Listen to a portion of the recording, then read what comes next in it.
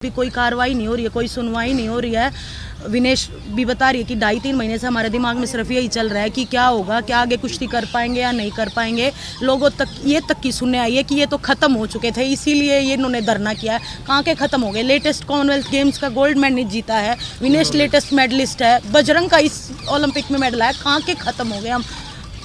कहाँ मतलब ये सुनने में आ रहा है हमेशा कि हम खत्म हो गए, इसलिए धरना किया। हमें क्या चाहिए है, क्यों करेंगे हम सिर्फ अपनी कुश्ती को बचाने के लिए, कुश्ती को सेफ उस हाथों में ले जाने के लिए हम ये प्रोटेस्ट कर रहे हैं। और बस यही उम्मीद है कि सच्चाई की जीत होगी। हमें झूठे साबित मत करो, हम चाहते हैं कि सच्चाई की जीत हो।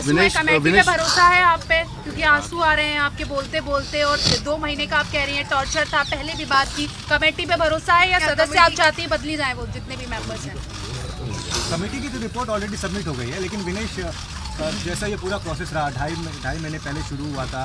चलिए गवर्नमेंट ने कमेटी फॉर्म कर दी, सदस्य बन गए, उसके रिपोर्ट भी सबमिट हो गई। आपको लगता है कि मिनिस्ट्री को एटलीस्ट पब्लिक में आके बताना चाहिए कि उस ओवरसाइट कमेटी में क्या कुछ लिखा गया है और डिसीजन क्या है, और डिसीजन क्या लिया गया है? हाँ, बताना चाहिए, लेकिन अभी तक नहीं हुआ है। कम से कम हमें तो पता चले कि हम गलत थे, कौन गलत था, वो सब अंधेरे में है। सोर्सेज के हवाले से ऐसे बोला जा रहा है कि हमने कुछ भी नहीं बोला या कोई भी सबूत नहीं दिया। क्या ब्रजभूषण से एक बार भी पूछा कि आप सबूत दो कि आपने कुछ नहीं किया? उनका नार्को टेस्ट करवाया जाए, हमारा क्यों करवाया जाए? सीबीआई जांच होनी चाहिए। अगर हम झूठे हैं ना तो हमारे को जो अगर ये देश बोलेगा, जो उच्च न्यायालय जो सजा देगा, हम रेडी हैं, लेकिन जांच तो करवाई जाए। ऐसा थोड़ी है कि वो पावरफुल है तो हमें न्याय नहीं मिलेगा। अच्छा, ऐसा कह सकते हैं कि कमेटी की रिपोर्ट के ऊपर में कहीं ना कहीं उस तरीके का भरोसा नहीं है आप सभी लोग? कमेटी में जितने भी लोग थे जी, वो कहीं ना कहीं पॉलिटिकली जुड़े हुए थे। फेवर चल रहा था। हम ज़्यादा ओपनली नहीं, मुझे नहीं पता हम बता सकते कि नहीं बता सकते सारी चीज़ें, लेकिन न्याय अभी तक नहीं मिला हमें। हम सिर्फ जी का वेट कर रहे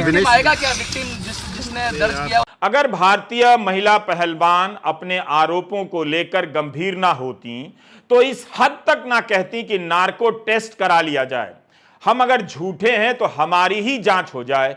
यह कोई सामान्य बात नहीं है। इन पहलवानों की उपलब्धियों पर देश ने गर्व किया है। कितने लोगों ने सोचा होगा कि उनकी बेटी भी इनकी जगह एक दिन होनी चाहिए, लेकिन आज जब वे इन महिला पहलवानों को इस लाचार हालत में देखेंगे तो क्या सोच रहे होंगे? इनकी हालत यह कर दी गई है कि एफआईआर के लिए जंतर मंतर पर 2-2 बार धरने देने पड़ रहे हैं और रात गुजारनी पड़ रही है। हमने पुलिस से बात नहीं की। इंडियन एक्सप्रेस में वरिष्ठ पुलिस अधिकारी का ही बयान छपा है कि एफआईआर से पहले जांच हो रही है। क्या यह बहुत जरूरी है? 2013 में सुप्रीम कोर्ट की 5 जजों की बेंच ने ललिता कुमारी जजमेंट में कहा है कि जब भी कोई कॉग्निजेबल संज्ञेय अपराध की सूचना मिले, पुलिस को केस दर्ज करना चाहिए, एफआईआर अनिवार्य है। ऐसी हालत में किसी भी तरह की प्राथमिक जांच की अनुमति नहीं है। अगर अपराध संज्ञेय नहीं है, कॉग्निजेबल नहीं है, तब जांच की जा सकती है। ललिता कुमारी जजमेंट में कोर्ट ने बाकायदा बताया है कि किन किन मामलों में एफआईआर के पहले जांच होगी और किन मामलों में जांच जरूरी नहीं है। सुप्रीम कोर्ट की 5 जजों की पीठ ने यह भी कहा है कि प्राथमिक जांच 7 दिनों के भीतर होनी चाहिए, उससे ज्यादा समय नहीं लगना चाहिए। क्या यौन हिंसा, छेड़छाड़, उत्पीड़न, बलात्कार की कोशिश की शिकायत काफी नहीं है कि दिल्ली पुलिस अब तक एफआईआर कर देती? 23 अप्रैल को महिला पहलवान जंतर मंतर पर दोबारा लौटकर आ गई। इसके पहले 18 जनवरी को विनेश फोगाट ने आरोप लगाया कि कुश्ती महासंघ के अध्यक्ष बृजभूषण शरण सिंह कई वर्षों से महिला पहलवानों का यौन शोषण कर रहे हैं। कुश्ती खेल के प्रशासक और भाजपा सांसद ने उस वक्त इन आरोपों का खंडन किया था। उतनी सर्दी में ये खिलाड़ी जंतर मंतर पर धरने पर बैठ गई थी।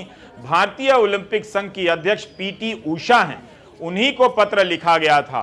पीटी उषा को लिखे पत्र में कहा गया कि भारतीय कुश्ती महासंघ में बहुत सारी वित्तीय गड़बड़ियां हैं और राष्ट्रीय शिविर में कोच और खेल विज्ञान स्टाफ बिल्कुल अक्षम है। जनवरी में पहलवानों ने 4 मांगे रखी और कहा कि यौन शोषण की शिकायतों की जांच के लिए तुरंत समिति की नियुक्ति की जाए।